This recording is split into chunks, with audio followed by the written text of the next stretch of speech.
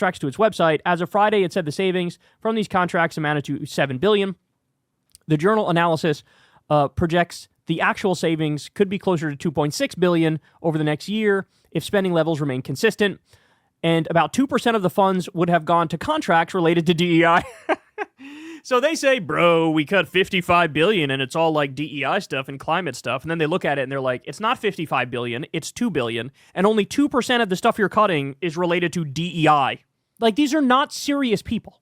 These are not, I mean, they are because they're literally hijacking the government in an illegal coup, but they're also not serious people. They're fucking idiots. Research-focused agencies were among the top targets for cuts. Oh, that's great. Including the Education Department and the Department of Health and Human Services, where DOGE terminated contracts costing the government more than $900 million last year.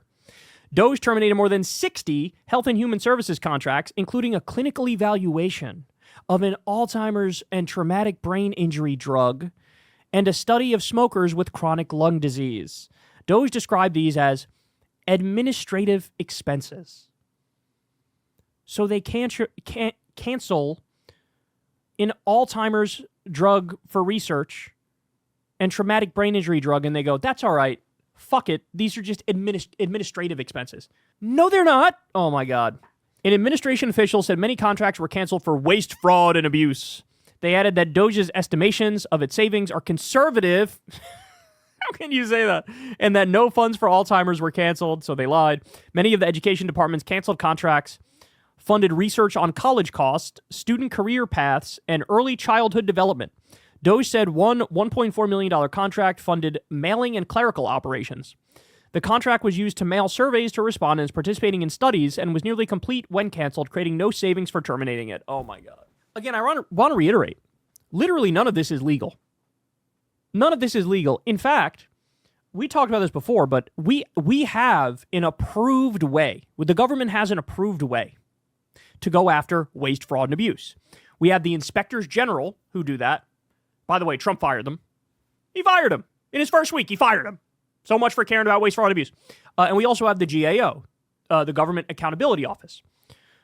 And according to that agency, they found that anywhere from 3% to 7% of the federal budget is fraudulent. But that's their job. They take care of that. And they found in Social Security in particular it was 0.84%. But the fact of the matter is, the Inspectors General and the GAO, this is their job. Trump and Elon are pretending like there are no agencies, there are no individuals who go after waste, fraud, and abuse. And then they go in there and they cut whatever the fuck they want to cut. It has nothing to do with waste, fraud, and abuse. And they virtue signal and pretend we're only going after the waste, fraud, and abuse as we cut child cancer research, as we cut flight safety officials, as we cut the Department of Education, as we cut an Alzheimer's drug. More on DOGE's lies. Wall Street Journal investigated and found only $2.6 billion in cuts, with only 2% coming from DEI. The largest category was research that neither Musk nor his hacker boys understand into Alzheimer's, brain injuries, education, etc. It's a mendacious and stupid kakistocracy. And here's the graphic that sort of shows where the so-called cuts are coming from. Again, in a world that made sense, where the rules and the laws and the processes mattered, Elon would have been arrested. This first day, he stepped foot in the Treasury and illegally hacked in to our Treasury programs, where the acting Treasury Secretary said, I'm not letting you do this. And then they put the clamps on him and he said, all right, I'll resign because I'm going to have nothing to do with this. So Elon illegally hacks into the Treasury, takes everybody's data, sets up private servers to steal everybody's information, deletes the Consumer Financial Protection Bureau, goes after USAID, goes after all these different programs. That day one, Elon should have been arrested. Day one. He wasn't, and now here we are. Right? But understand something. Even though it's all illegal, even though it's all unconstitutional, when you actually go through what they're doing with their own so-called receipts, you find out they're like, everything's a scam, everything's a fraud, everything's a lie. The stuff they're cutting is stuff nobody would want them to cut. Right? And this is abysmal. I mean, what else is there to say? This is abysmal.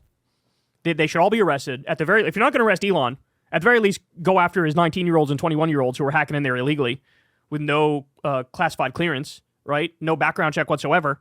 And they're getting it. They got into the energy department, which has our nuclear information. And one of the guys who did it was fired from a company because he was giving away the secret information to another company. This is who's hacking around into our nuclear program.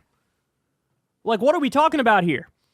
You know, I was somebody who believed there was a deep state for a long time, but you know what? Looking at what's going on now and the lack of fighting back against it, I'm not so sure there is a deep state. Because everybody's just sort of sheepishly sitting back and letting the world's richest robber baron commit crime after crime day after day. So here we are. Hey y'all, do me a favor and like and subscribe. It helps out big time in the algorithm. Click the bell as well for notifications when videos drop, and watch that video on screen right now. You know you want to.